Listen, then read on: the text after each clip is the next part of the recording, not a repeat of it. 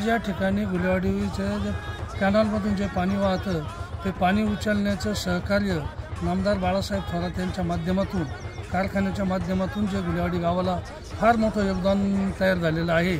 आज जे पाणी चालू आहे ते पाटामध्ये पाईप टाकून कारखान्याच्या माध्यमातून रात्रंदिवस त्यांची यंत्रणा राबवून जे पाणी या ठिकाणी काढले गेलं।